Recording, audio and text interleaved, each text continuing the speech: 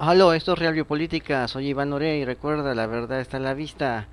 Empecemos. Hoy día hablaremos sobre el Minotauro. Sí, sí, Minotauro, el laberinto de Creta y todo eso. Sí, sé que suena a leyenda, la verdad es que es leyenda, ¿sí? ¿En qué consiste? Sucede que hay una investigación media laberíntica que concluye que la guarida del Minotauro nunca existió. Antes decían que Troya no existía, y sin embargo sí existía, aunque no era exactamente lo que se decía de Troya. No exactamente, la historia de Troya no es exactamente lo que decían, lo que decían los textos homéricos, pero existía, estaba ahí, controlaba la zona, la controlaba. Ahora bien, concluyen que el laberinto de Creta, donde estaba el Minotauro, ese ser monstruoso, mitad hombre, mitad toro, eso nunca existió, pero vamos a ver por qué lo dicen. Sucede que durante mucho tiempo se consideró un sitio arqueológico conocido. El laberinto de Creta nunca se construyó. O sea, hay gente que dice que sí, debe existir el laberinto. ¿Por qué? Porque es una leyenda. Se toma como una realidad. Pero hay este, un estudio hecho por el doctor Antonis Kopsonas, un arqueólogo clásico de la Universidad de Cincinnati, que nos explica en un artículo que ha sido publicado en American Journal de Arqueología, jornales americanos de arqueología. El artículo está, para sacarlo está a $12 para, para descargarlo. Así cuestan estos artículos porque es full investigación, ¿no? Pero vamos a darte un resumen de lo que dice el artículo. Se cree pues popularmente que el Palacio de Nosos, construido alrededor de 1950, cuyas ruinas se encuentran eh, cerca de la ciudad de Heraclión, en la costa norte de Creta, albergaba laberinto. Laberinto. Bueno, ya hemos visto aquí en un video de Real Biopolítica sobre el Japón del Egeo, que es una civilización que apareció 1000 años antes que la civilización minoica. 1000 años antes. Y justamente esa civilización era muy avanzada. Se ha encontrado. Bueno, sucede que ahora tenemos al Palacio de Nosos en Creta, y aquí este señor desvirtúa que el laberinto haya existido. Y lo dice muy bien, lo documenta, hace un rastreo de todo. Hace un estudio multidisciplinario, interdisciplinario, señala la ausencia de evidencia real de que los cretenses construyeron alguna forma de laberinto monumental en Nosos. Señala todo eso. Vamos a ver. Kobzona sugiere que el laberinto de Creta es un monumento solo en la memoria, independientemente de que sea considerado un monumento que alguna vez existió. O sea, es un monumento que está en la imaginación. Sin embargo, la búsqueda de un laberinto debajo o cerca del muy real sitio de Nosos en la Edad de Bronce ha adquirido proporciones legendarias. Todos quieren encontrar el laberinto. En algún sitio debe de estar. Como dice el mito, Dédalo, el arquitecto principal del tiránico rey Minos de Creta, construyó un complejo laberinto debajo de su palacio. El laberinto albergaba al Minotauro, un monstruo mitad hombre, mitad toro, que se alimentaba de 7 hombres vírgenes y 7 muchachas vírgenes de Atenas cada 3 años. Era un tributo de paz. O sea, era un terrible tributo de paz a favor de Minos, ¿no? Que fue impuesto como una venganza para Egeo, el rey de Atenas, ¿no? Quien envió a su hijo Androgius a su muerte al desafiarlo. ¿No? Así, tenía un hijo llamado Androgius y lo envía a desafiar a Minos y bueno, conquistar el mortal toro de Maratón, ¿no? O sea, no logró su cometido. Entonces, por venganza, le dijo: ahora me vas a pagar, ya que intentaste matarme, ¿no? Intentaste irte contra mi reino, enviándome a tu hijo Androgius, ¿no? Eh, y fracasaste, ahora vas a pagarme ese tributo. Bueno, esto es lo que dice la leyenda, ¿no? Entonces tenemos a Teseo, un héroe griego arquetípico. Más de una película han hecho de Furia de Titanes sobre el tema. Yo me acuerdo de las películas de Furia de Titanes. Han salido una más moderna también, ¿no? Entonces, este Teseo era un héroe griego arquetípico, el hijo perdido de rey Egeo, ¿no? O sea, un hijo escondido por ahí, nacido del incesto. Este Teseo mata al Minotauro, ¿no? Él usa literal y metafóricamente a Ariadne, que es la hija de Minos, ¿no? Quien le proporciona su bola de hilo, ¿no? Para que a través del hilo pueda trazar un camino para no perderse en el laberinto. Entonces el hilo de Ariadna guía a Teseo y los jóvenes atenienses y a los jóvenes atenienses hacia afuera del laberinto una vez que Teseo se cargó al monstruo. Copsonas, el doctor Copsonas señala que las primeras versiones sobrevivientes de la historia de Homero, Herodoto y Ferécides no mencionan un laberinto de Creta. Ojo, no está ahí. Para Platón y más allá de Platón, el término laberinto se usa solo para describir estructuras y situaciones metafóricas de las cuales son difíciles de descifrar. Calímacus, un escritor del siglo III a.C., de Alejandría, en el Egipto tolemaico, es la primera fuente que cita el señor Copsonas para vincular específicamente el Minotauro con el laberinto de Creta. O sea, recién en el siglo III a.C. hay un escritor que lo vincula. Sugiere que Calímacus conocía el laberinto egipcio, una estructura indudablemente real que existía, construida por el rey Amenhotep III en algún momento antes de su muerte en el año 1770 a.C. Y simplemente difundieron el término de en la mitología cretense. O sea, entró de contrabando esta situación, esta gran construcción que vieron en Egipto, se metió ahí. Y empezó el barullo y la gente comenzó a repetir, laberinto, laberinto, minotauro. Y ya empezó la relación y empezó el chisme y se creó todo esto. Es así. Ahí empezó a introducirse esa idea. Para que te des cuenta cómo los mitos se alimentan de otras situaciones que no tienen nada que ver y comienzan a crecer y crecer y crecer y crecer. No sé si habrás visto esas películas que últimamente han salido, esas películas de cine fantástico que hablan sobre el origen de los cuentos, cómo al final termina el cuento tal como lo lees en el colegio. O sea, Jack y los gigantes, ¿no? Los frijolitos mágicos, la historia de los frijolitos mágicos, ¿no? Hacen una película de eso, ¿no? Y muchas veces la película no tiene mucho que ver con el cuento. Más bien nos hacen creer que el cuento es una bifurcación, es un acomodo de lo que fue en esa realidad ficticia que nos describen en la película, ¿no? Como Maléfica, ¿no? El cuento de la Bella Durmiente, ¿no? Cosas así, ¿no? O sea, nos hacen creer eso, ¿no? O sea, prácticamente es justamente esta dinámica la que estamos viendo acá. Solo que en la película pues es ficción, ¿no? Acá hay investigaciones, ¿no? Que no han encontrado el laberinto, que justamente en el siglo III aparece. Aparece mencionado, ¿no? Dos referencias helenísticas posteriores al laberinto de Creta también provienen de eruditos del Egipto tolemaico. O sea, cuando hablan del laberinto y lo vinculan con Minotauro, viene de gente que es del Egipto tolemaico, del Egipto de Alejandría, helenístico, del Egipto helenístico, después de Alejandro Magno. La moneda real del laberinto de Creta, hay una moneda que se acuña, aumentó después de la anexión romana de Creta alrededor del año 66 a.C. O sea, los romanos empezaron a acuñar monedas en Creta y le ponían el laberinto. Ponían ahí un laberinto de dibujito. Así como tenemos ahora las monedas de colección de un sol, ya, igual ellos hacían y le ponían un laberinto. Entonces los romanos trataron su existencia como real. Para los romanos sí existía el laberinto, solo que todavía no se encontraba. Y colocaron su ubicación explícitamente en Gnosos, solo que todavía no lo encontraban, pero está ahí. Está ahí. ¿Entendiste? O sea, no hay laberinto en Gnosos, pero igual lo colocaron. Pero eso fue una decisión política. Los romanos anclaron su poder imperial en su propia visión reimaginada de sí mismos como herederos de la Grecia clásica.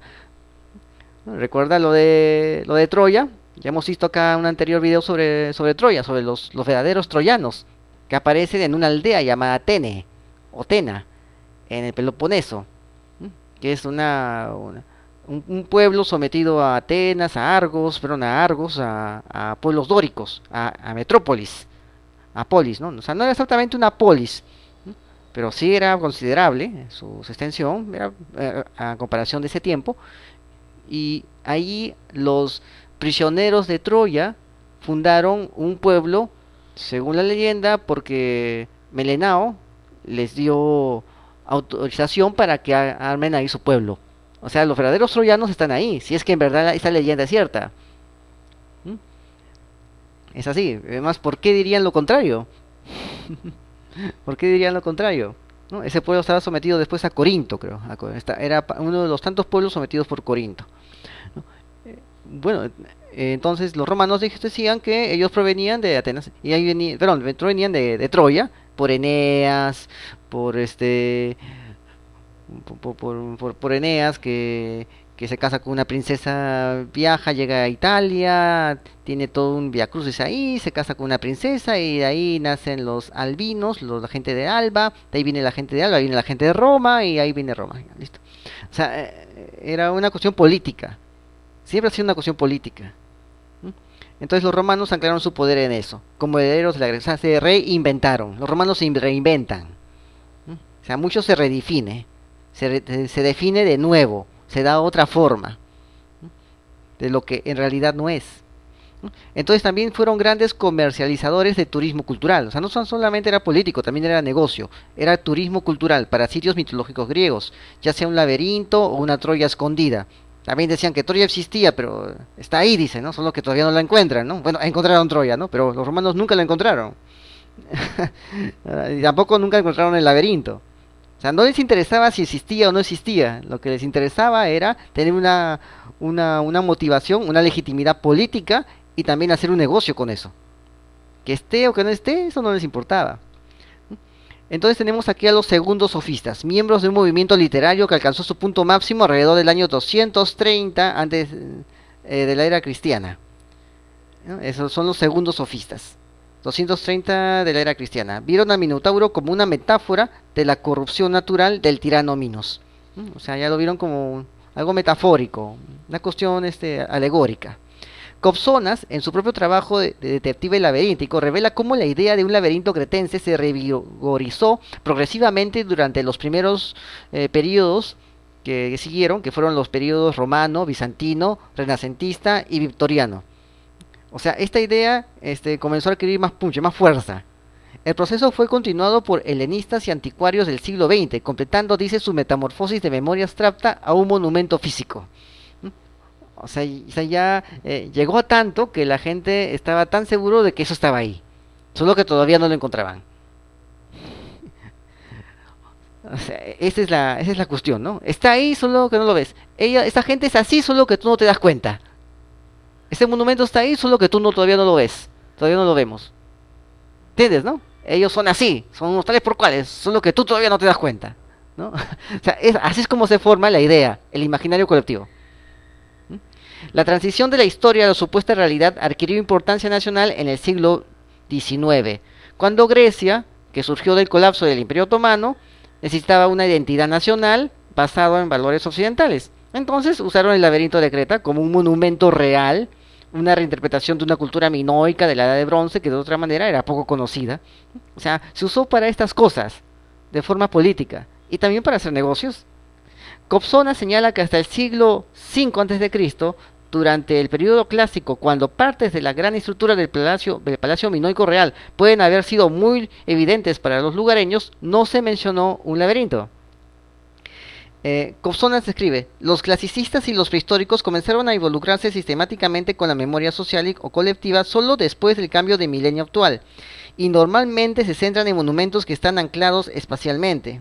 Sin embargo, hay estructuras de cuevas laberínticas reales talladas en piedra caliza cerca de la antigua ciudad romana de Gordin, en el corazón de Creta, que también contribuyen a la especulación. También en Capadocia hay estas ciudades subterráneas. Y en Creta también han encontrado estas ciudades subterráneas. ¿De quién escapaban? Pero existe.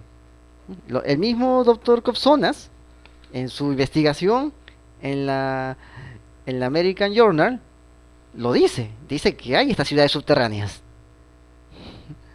Ojo, que no estoy inventando nada.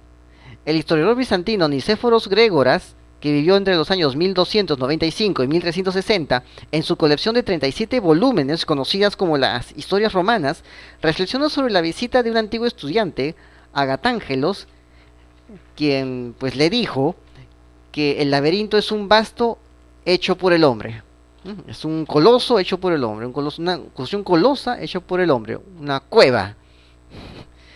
Así, el lecho de roca de esta cueva parece no ser muy duro y cualquiera puede tallarlo fácilmente. Continúa describiendo los pilares tallados en roca, casas, patios y fuentes. Posiblemente minas prehelénicas. Las cuevas fueron utilizadas como escondites para los cristianos durante las masacres turco-otomanas. Los turco-otomanos eran perseguidores de cristianos, hacían genocidios de cristianos, como el genocidio de Armenia. Este hecho es frecuentemente ignorado por los clasicistas y anticuarios decididos a colocar el laberinto en Knossos.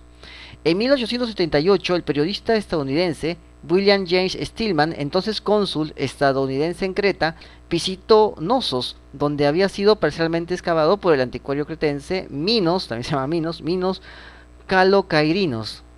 Stillman se había puesto en contacto con el Instituto Arqueológico de América buscando apoyo para dirigir un equipo de excavación con el fin de encontrar el laberinto real.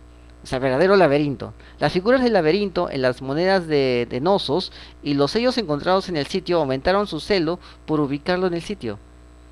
Stillman publicó hallazgos del anticuario, los vinculó con el laberinto y afirmó esta idea en el mundo de habla inglesa, ¿no? En el mundo victoriano. En el año 1900, el arqueólogo británico Arthur Evans, el primer no cretense en excavar el área, negó la idea de que hubiera un laberinto. Sin embargo, escribe Kobzonas, en algún punto posterior indeterminado, agregó lo siguiente, que no en un examen más profundo creo que debe ser así. Que no lo ha dicho de forma rotunda. O sea, primero dijo, acá no hay laberinto, y después dijo, bueno, necesitamos un examen más profundo, pues creo que debe ser así, ¿no? O sea, agregó otra cosa, ¿no? ¿Por qué cambió de opinión? Porque primero fue rotundo decir no y después dijo quizás, ¿no? Su cambio de opinión se basó, según dice Kobzonas, en los planos arquitectónicos y la rica iconografía del toro que encontró en Knossos. En el año 1905, la idea de que Knossos había albergado un laberinto real era tan común que su verdad se daba por sentada. Se afirmaron pruebas adicionales a mediados del siglo XX cuando se encontraron tabletas escritas en el lenguaje conocido como la lineal B. Las tabletas tienen diseños que representan claramente el laberinto. Sin embargo, Kobzonas dice que estas no eran representaciones de un lugar específico, sino parte de la larga historia de las representaciones del laberinto en el arte egeo y mediterráneo anterior. O sea, era común hacer representaciones del laberinto en esa zona. También se puede agregar el trabajo del erudito y crítico estadounidense Thomas Masiville, de 1939 y que acaba de morir recientemente en el año 2013. Él vincula el arte y la filosofía del griego clásico con el pensamiento clásico indio, y escribió sobre cómo se importaron los primeros diseños griegos característicos: el laberinto, el meandro, la esvástica. ¿Recuerdas la esvástica? ¿Ya? O sea, el símbolo nazi, que después usaron los nazis. O sea, las cosas se redefinen según la situación, según el momento, según el tiempo. Esto es de la India durante la Edad de Bronce tardía, es la que proporciona estos elementos. Kobzonas transmite cómo el deseo político de finales del siglo XIX de afirmar cómo los romanos, en una visión occidental de las historias griegas antiguas, ignoraban el conocimiento cretense local.